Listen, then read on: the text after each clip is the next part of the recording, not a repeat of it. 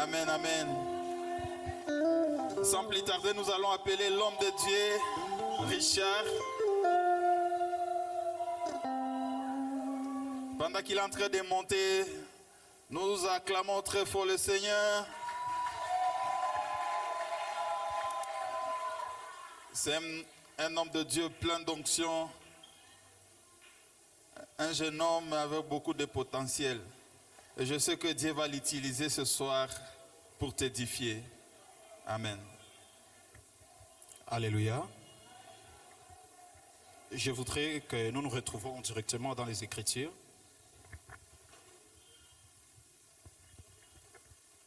Retrouve-moi dans Ésaïe 55, les 11e verset au 12e verset. Vous y êtes déjà? Ésaïe 55, nous allons lire les deux versets, 11 et 12. On peut commencer la lecture? Il est écrit ceci. Ainsi en est-il de ma parole qui sort de ma bouche. Elle ne retourne point à moi sans effet, sans avoir exécuté ma volonté et accompli mes desseins. Le verset 12, il est écrit. Oui, vous sortirez avec joie et vous serez conduits en paix. Les montagnes et les collines éclateront d'allégresse devant vous et tous les arbres de la campagne battront les mains. Parole du Seigneur, est-ce que tu peux acclamer fortement?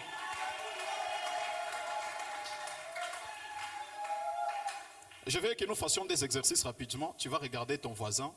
Tu vas lui dire Yesu amenitoa mbali. Angalia jirani yako ambaye Yesu amenitoa mbali. Kama wewe hakukutoa mbali, mimi alinitoa mbali. Alléluia.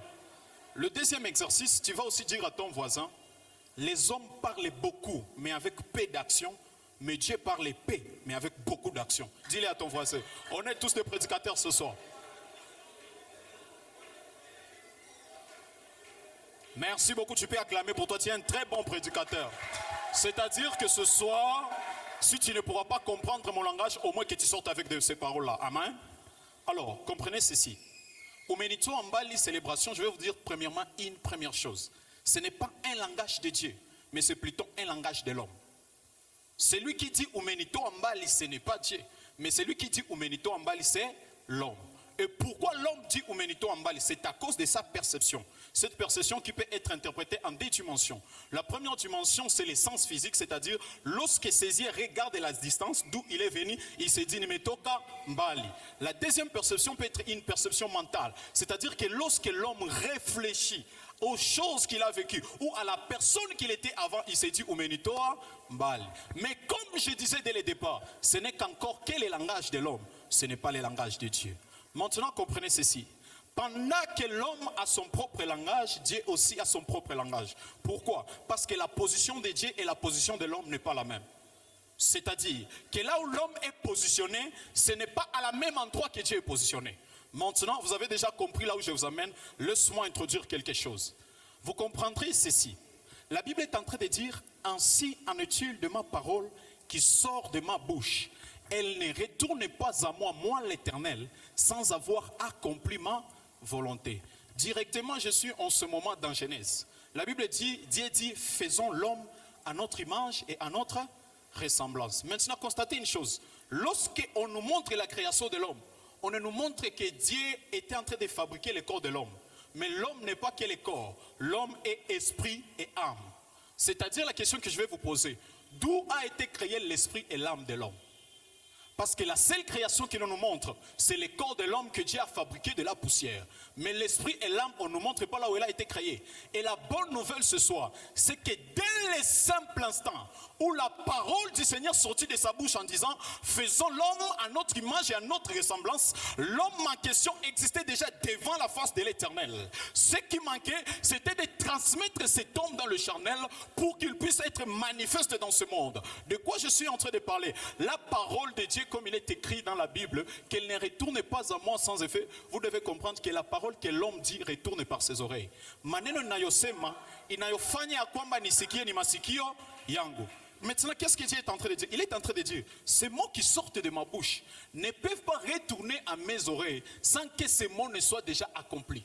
Pourquoi? Parce que derrière chaque parole est accompagné les souffles.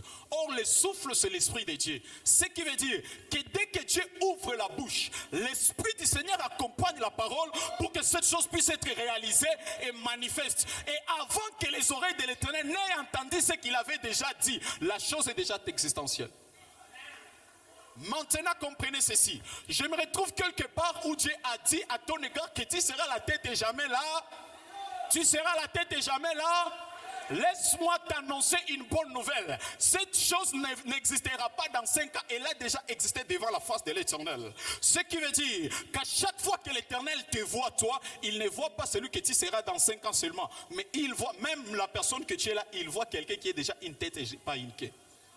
Je le répète, toutes les paroles que Dieu a annoncées, qu'il a déclarées, qu'il a décrétées à ton égard, n'existeront pas lorsqu'elles seront manifestes dans le monde. Mais ces paroles ont existé dès la simple expression de la parole de Dieu. Dès le simple instant où Dieu avait dit, tu seras ceci, tu es déjà devenu cela. Mais ce qui manque, c'est la manifestation dit.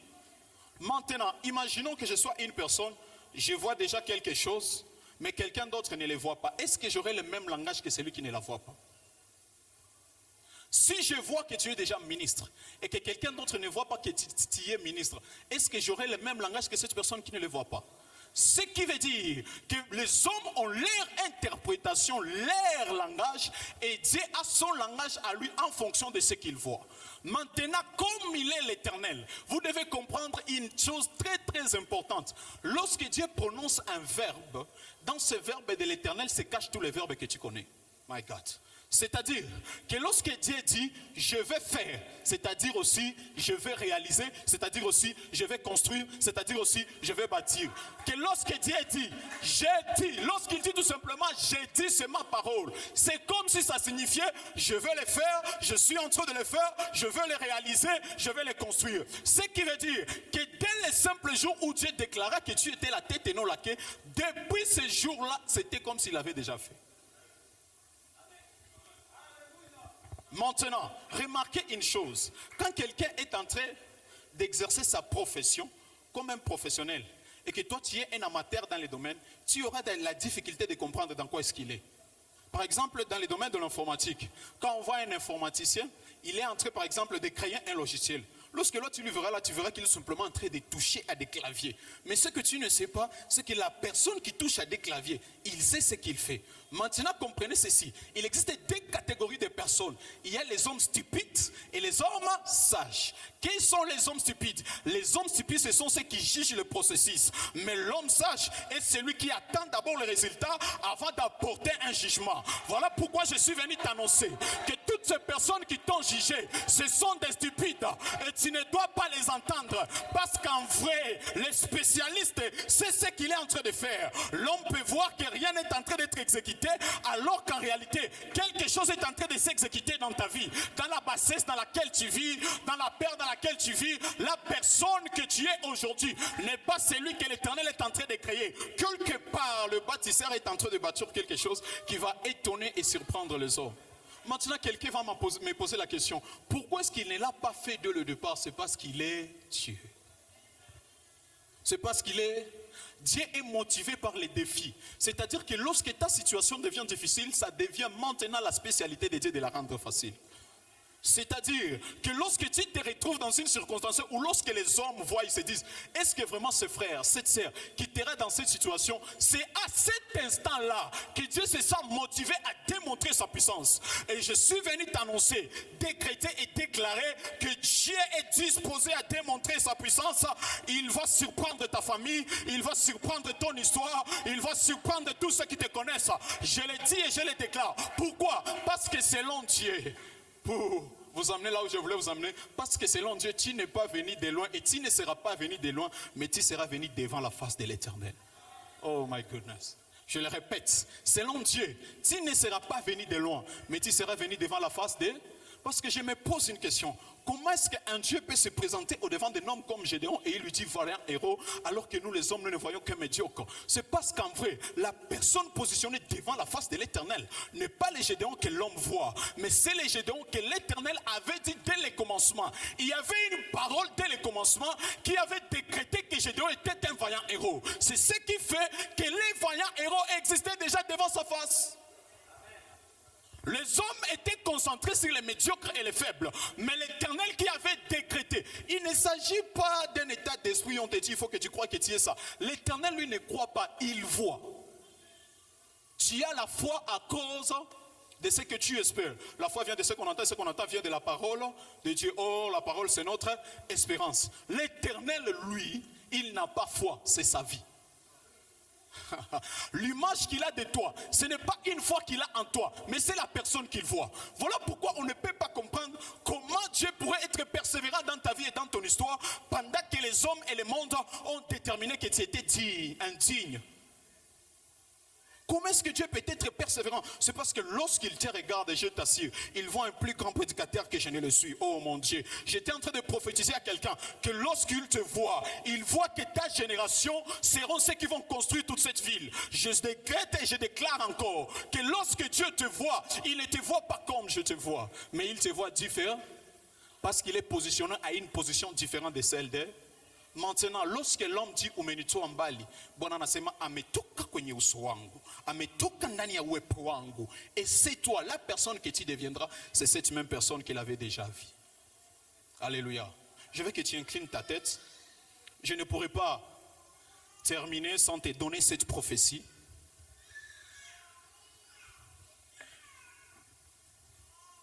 Incline ta tête.